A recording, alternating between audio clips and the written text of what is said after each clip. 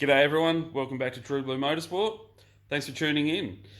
On this episode, if you haven't worked it out already, we have a new job in the shed. We have here a VK Calais, and it is a 333 pack, which basically means that it left the factory as a factory V8 308 with a Trimatic 3-speed auto trans.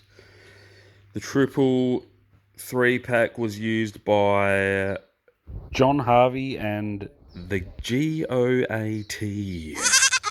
Peter Brock at Holden Dealer Team. It was used as the basis for the HDT Calais Director.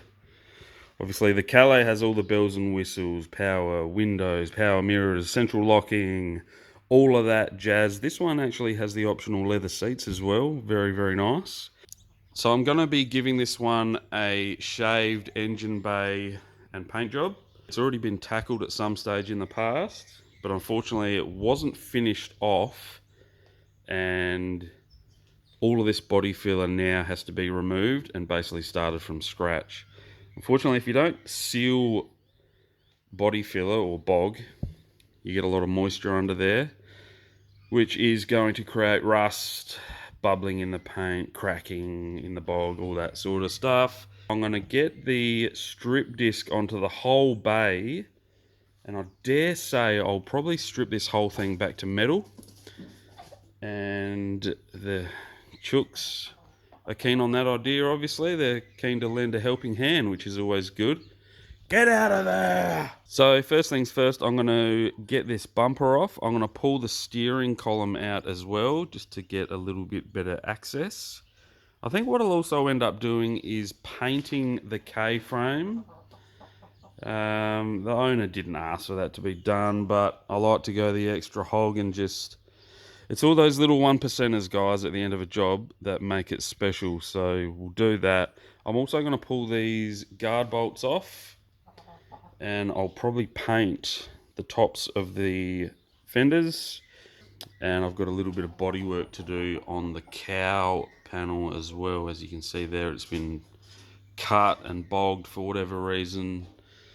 So I need to sort that out. Before I do anything, I'm going to kick these chooks out because I don't know what they're doing under there. They're having a party. Hey! Hey! Get the hell out of here. Get out of here. Go on, piss off. Get up, yeah, up, yeah, up, yeah, piss off. Yo, hey, ah, ah, up, yeah, up, yeah, yeah, up. 6 months later! Radio. Well, we've got most of the ugly primer and dodgy body filler out of there, and it's kind of like taking your clothes off after you've just lost 50 kilos, you know. It's never a good sight. I've lost 180 pounds. I do have a little bit of excess skin, though. And unfortunately, my neck does look like a vagina. We have got some areas of concern, but it's all good. It's nothing that I can't fix. Everything is repairable, guys. So we can see a lot of welding and patching has been done in this area, which is why there was so much bog there. Also here, this has been filled in. Not too bad, but not too great either. So I'm going to have to address that. And obviously I need to get up here and start doing some panel beatings. So I'm going to keep at it. I don't want to leave this in bare metal for too long. So I'm just working this panel here. As you saw before, it was pretty warped. Just trying to get it as best as I can. Now I've got the line along there, not too bad. Obviously these things aren't perfectly straight. They were never meant to be. Need a little bit more hammer and dolly work there. I'm not happy with this. That needs to come out a little bit more. But the joint along here is looking really good. You can see from here, I've lifted this whole section up and back. Next thing I'm going to do is tidy this up a little bit better. I don't like how much bog was in there. Obviously, the thicker you go with bog, the more chance you have of it cracking. They're a bit of a bugger to work with because if you simply just hammer it out, you're stretching the metal and you get what they call is tinning. The metal goes really thin. If you pop it out this way, you can lean on it again and it'll pop back in. Like a Coke can, real thin tin, just sort of bung, bung, bung. That's stretching. So if I do stretch that, I'm going to have to shrink it again. So we'll see how we go with that. Now you don't want to just start off by smacking the middle of it, because then it's really going to stretch everything and you end up with a convex hump, concave. I don't know maths, all right. But you want to start from the outside and work your way in, basically.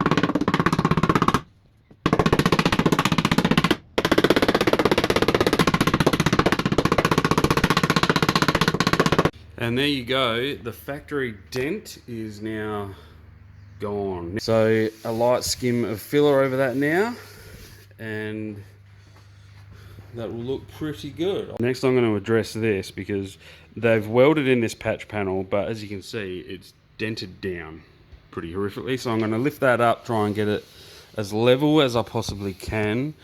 I mean, it's the whole panel is like a bad day at sea. You got to be really careful when you're welding, guys, because you start getting heat into the panel and it just warps the shit out of everything, which is exactly what has happened here.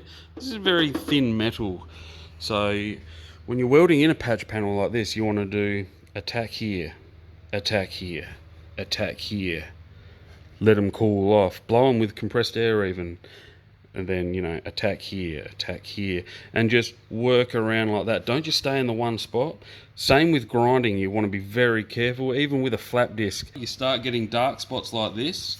It's when you know you're heating up the metal, you're stretching the metal, you're warping the metal, you're completely destroying the metal. So you just got to be very, very careful, guys. Don't just rush in like a bull at a gate. Oh, man. You gotta be kidding me. So that's about as far as I'm going to take it for metal work. I've fixed up this area now, so that's not as a pronounced chicane shape through there. It's a nice smooth transition. Everything's mating up pretty well. It will need some filler work, obviously, as I said. I've also tackled this area. Now I've popped this up a fair bit, and I've tried to straighten out through here as well. Unfortunately, it's not going to be perfect, but it is a lot better than what it was. It's hard to see on the camera, but yeah, there was a couple of real big bulges and one going in, so I've straightened that out. It's a lot nicer. Again, we'll need some filler work. I've also made that a little bit nicer as well. That was hammered right in and just full of bog. You know, you can see where it's been chipping away. Like, that's 5 mil thick. There's another big chunk down there. Next step is to buzz this down. I'm going to wire wheel the rest of the old filler out of it, just any old remnants. And I'm going to buzz this down with probably a 240 grit, and then we can get it into epoxy primer. So here's another thing I quickly need to address. ID plates. They need to go back on this car. For whatever reason, when they shaved the bay, they welded up all the holes in the inner guard. Now I have found them all. It's this one and this one and this one and this one here. So you got your two main plates on the inner guard, which sit just up there, sort of thing, and then you've got the smaller one on the VKs, which sits just here.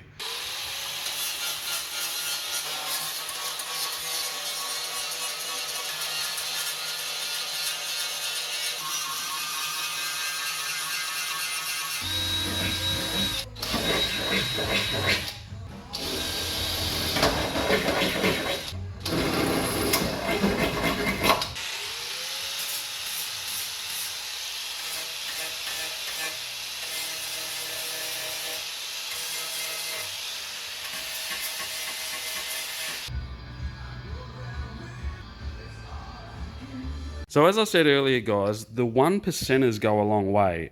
And I'm not talking about the outlaw motorcycle clubs. I'm talking about the little finishing off jobs that make a job stand out from the rest. So I'm going to paint the K-frame, as I said. So I've given that a quick sand down, and I'm just prepping up the steering column. So I'm going to do the intermediate shaft, lower stone guard, and the sway bar as well. So I'm going to give them a quick sand down. I'm going to give this a quick scrub with the old degrease and a brush. There's not much point painting over grease, fellas, you know what I mean? It's not really going to stick. Do yourself a favour and buy a set of these brushes. They're good for heavy grime, like grease cleaning like this, or even just cleaning your upholstery. They're like $10 for a pack of 3 at Super Cheap.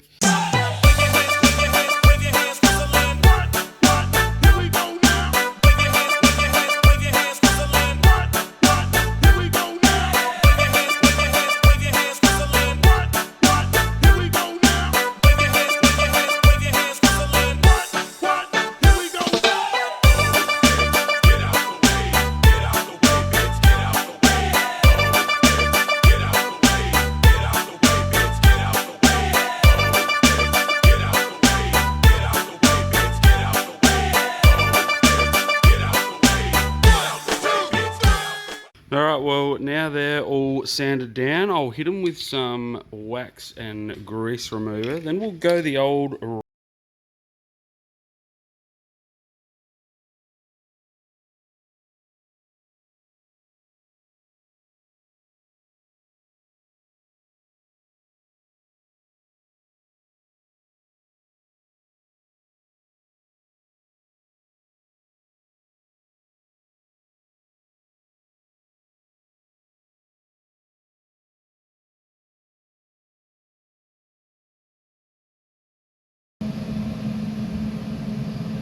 Now I'll let that do its thing for a few minutes. Basically what you're waiting for is obviously for it to dry, but any rust spots that were there will turn black. That's when you know it's pretty well done, and then we can get our top coat on, which is gonna be the basic acrylic gloss black. And while we're waiting for that to dry, I think I'll go a slice of cold pizza. Tell me guys, pineapple on the pizza, yay or nay? I say yay. In der Sommertime, es ist so cool. Wir treffen uns alle am Swimmingpool. Ich mach einen Sprung vom 10-Meter-Brett und tauche auf. Gott, die Hose ist weg. Was mach ich jetzt? Wie komm ich hier raus? Ohne dass die Mädels lachen mich aus. Ich versteckte meinen Charme hinterm Rettungsring und ich fing an zu singen.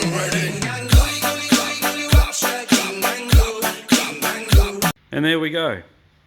Couple of hours of extra work, and that is all looking so much nicer. No more brown, rusty, greasy looking mess. It's just going to complement the finished product very nicely. So nice gloss black, beautiful.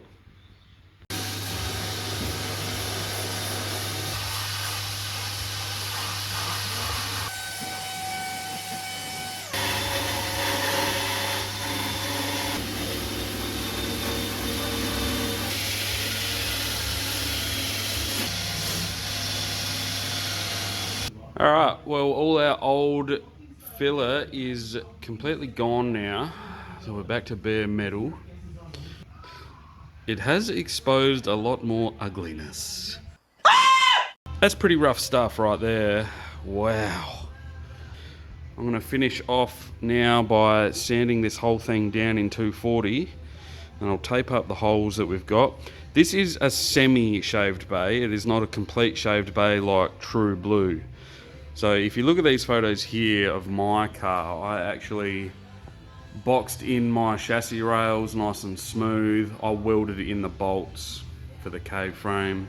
All these little holes for like brake lines, all this sort of stuff is completely filled in on my car. We're not doing that with this.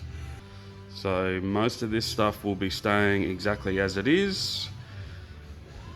Same as this stuff here for the wiper motor, all these little holes. Pretty much all of that stuff is staying.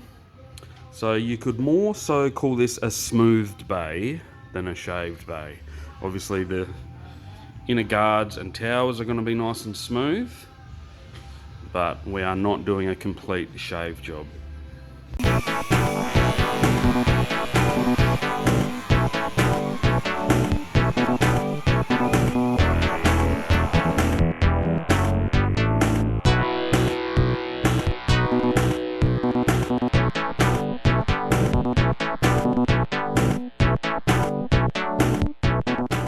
Many unbearable hours later.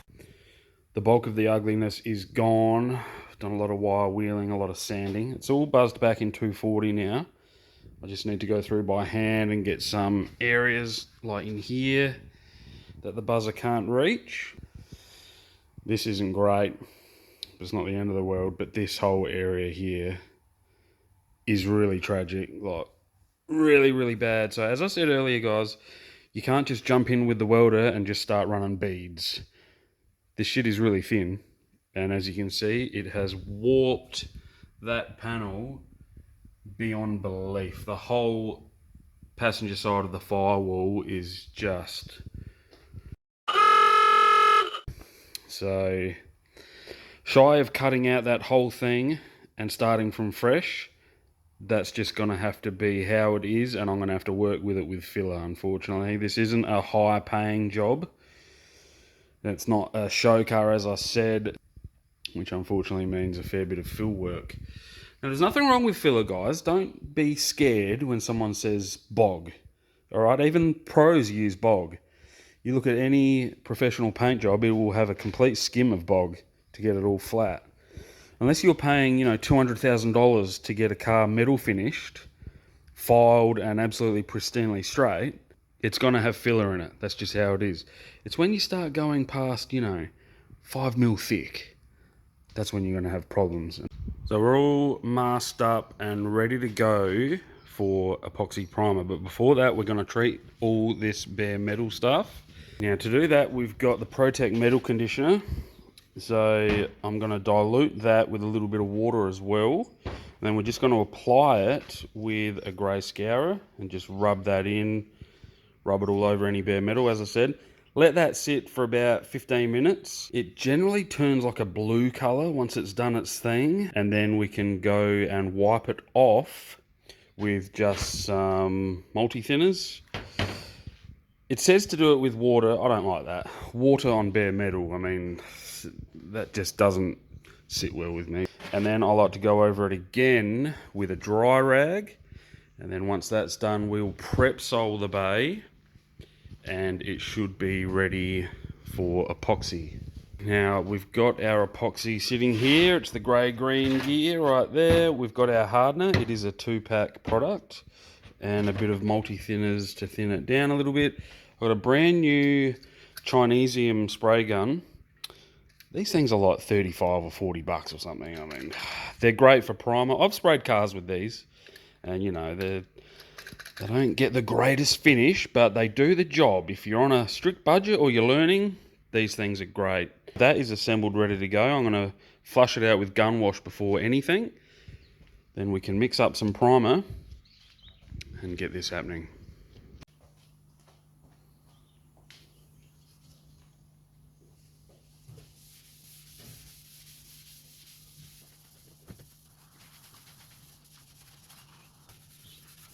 A few moments later. All right, well, that's had about 15-20 minutes. As you can see, it's flashed off into a dull colour. So that is ready to go. So I've got some thinners and a rag, and we'll just wipe this down now.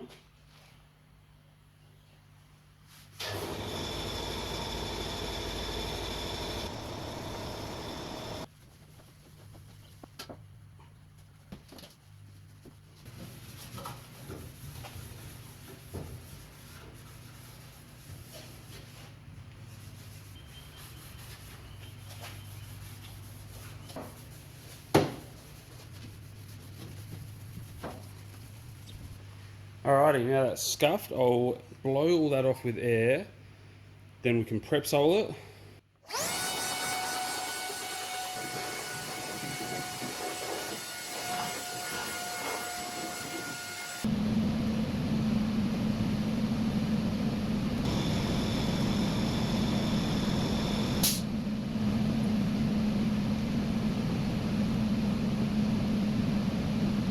she's looking pretty good.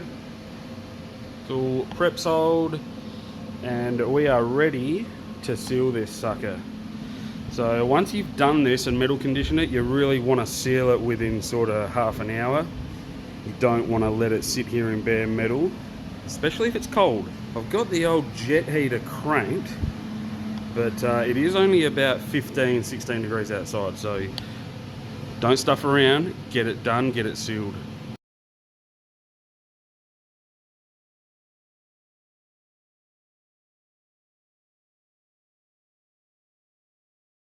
Epoxy is down, so we're all sealed up.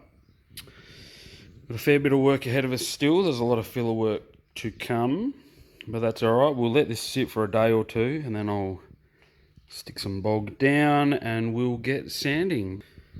I shall be back with the bog board. Now,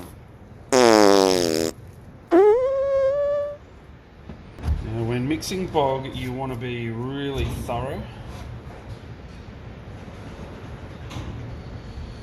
Just stir it really well, get all that hardener mixed through.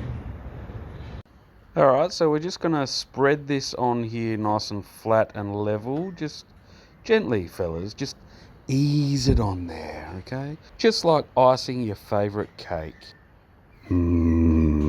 Cake.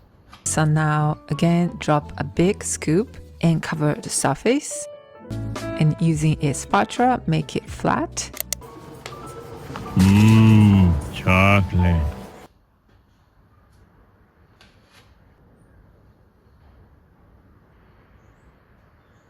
First layer of bog is down. Now it is relatively thin. You don't want to just come in straight away and put a thick slab of filler in. You want to gradually build it up. So start thin, sand that, shape it to how you want it, and then come and add to it again and again and again and so forth. If you start straight away by adding a big thick slab, it's probably going to be full of air. It's going to sink down. It's not going to be the shape you want in the end. It's just, you're asking for trouble. So start slow, gradually build it up. I'll sand this down in a sec, and then we can start adding. Slowly but surely building up the filler. One layer at a time, guys. Don't fill it up too quick, as I said. We're starting to sort of get the rough shape in here. And as you can see, the filler is taking up all those low spots, and the high spots are back to bare metal. Don't worry about the bare metal, it will be sealed again. Now I've got an assortment of rubbing blocks here, the old Dura blocks. Got a nice curved one here for these sort of areas.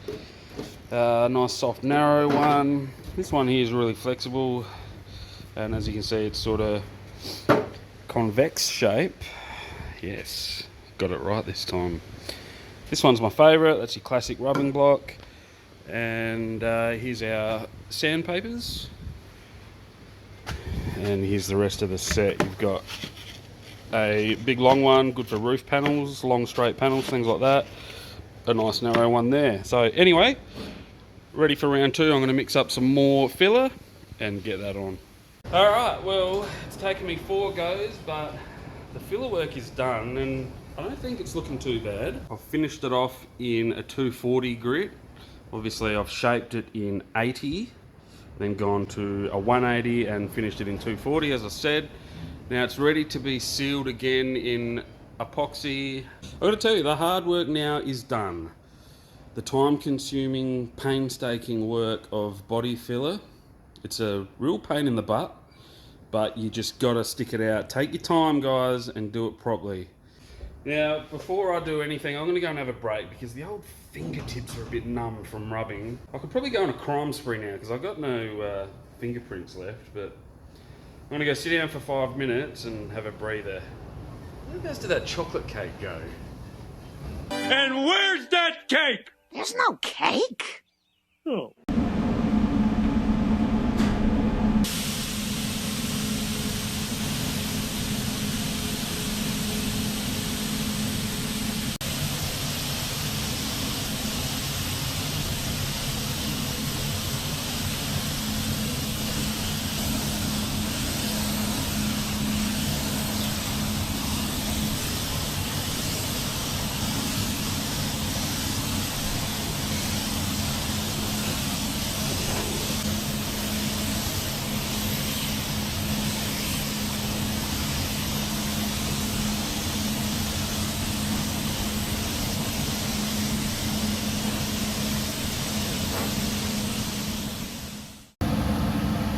Not gonna lie, fellas, it's pretty cold.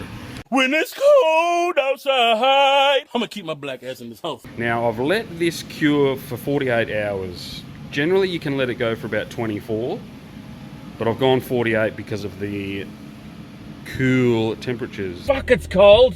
Oh, fuck that. Fuck me, it's cold. You want to let it cure as long as possible, guys. Let all the solvents and shit come out of it.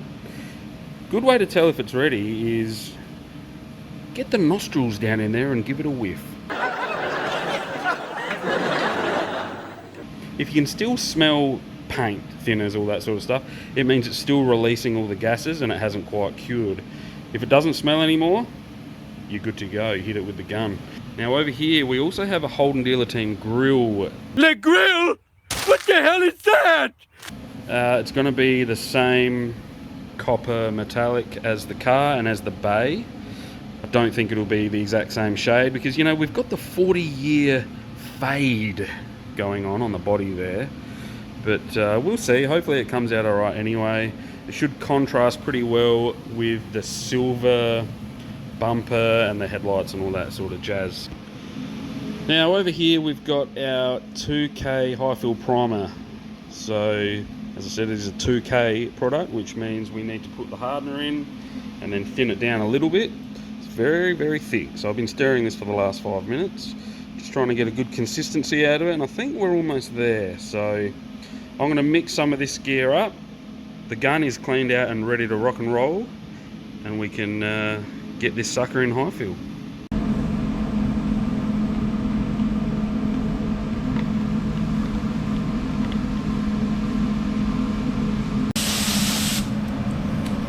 Radio, let's get into it. Safety first.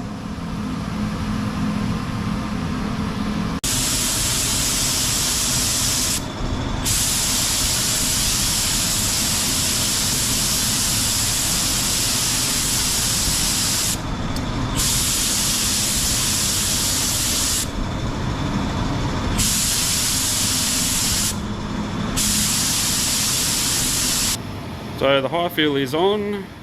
That's got 3 coats on it, nice and thick. So we'll have to let this cure now for a couple of days, I dare say. We'll see how we go. If it warms up, we might get it done a bit quicker, but you can't rush perfection, guys.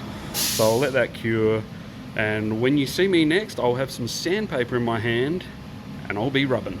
So here I've got all my wet and dry sanding paper ready to go. So we've got a 600 and 800. Now these are a really good thing as well, guys. The old scouring pads. Your grey ones, they're like 1,000 grit, as you can see there. And then the red ones are a little bit more coarser. They're sort of like a 400, 500 grit. Really, really handy thing for getting in those tight places by hand, where obviously the rubbing block can't go. Looking good. I've given that 2 days. And it's cured, it's hardened. We are good to go. There's no more smell. This is what I hate about doing patchwork, not a whole thing. Start tearing tape off and it's taken all this shit with it. So this has been painted. They haven't sanded it properly and it hasn't stuck properly, so that's just come. So now I'm going to have to paint the whole front of the friggin' car. Many hours later. Alright, well, one hell of a mess, and 3.5 hours later, she's wet rubbed. She's all done. The old biceps have been copping a workout. Oh, it burns, I tell you what. Oh, it's a deep burn. Oh, it's so deep. Ah. Oh, I could barely lift my right arm. Anyway, enough of that. The engine bay is rubbed down. So I've hit the whole thing with 600. I'm not going to go to an 800. I'm going to leave it in 600. It is plenty smooth enough. Actually feels really nice. Anyway, I'm going to get the pressure cleaner out now. Wash this thing off. It is absolutely critical that you get all this old sanding residue off now.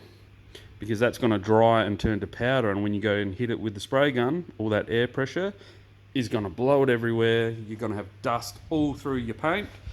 Nobody needs that.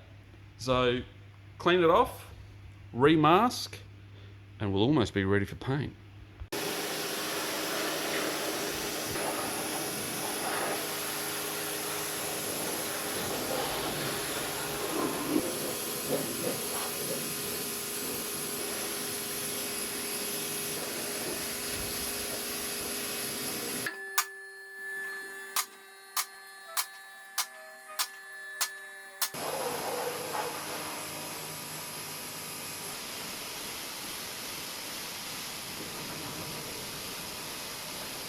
It's all in the head.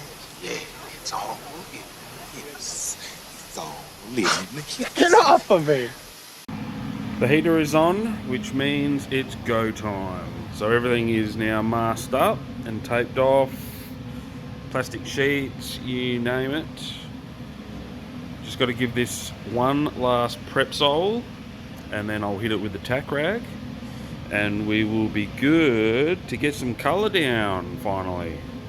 So for this job I've lashed out and bought a new gun. We've got the DeVilbiss GPG, so that's good for base and clear. You can probably use it for primer as well, but it's a bit too good for that. So I'm going to flush that out with some gun wash quickly, and then we can mix up some colour.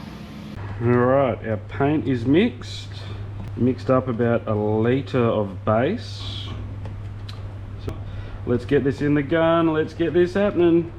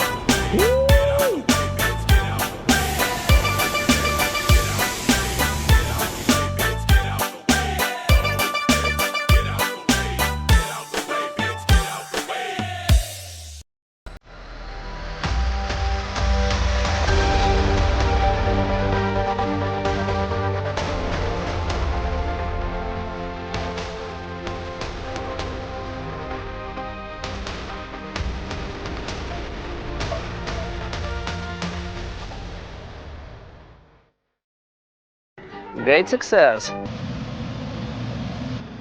Look at the shine off of that sucker. I'll tell you what, that DeVilbiss gun, woohoo, worth every penny. Have a look at that.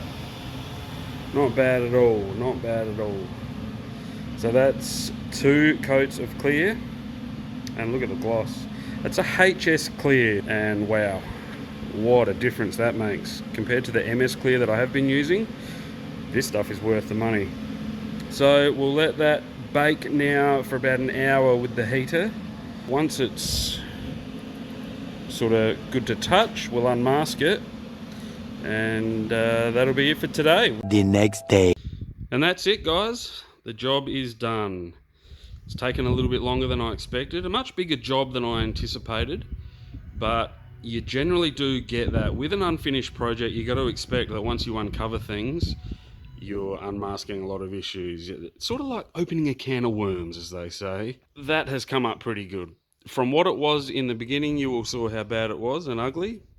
It really does look like a new car. So painting the K-frame, the column, sway bar, stone guard, things like that. It's all those little details that add up and make a job, you know, make the finishing product something special. It separates them from the rush jobs that you see down at Cars and Coffee.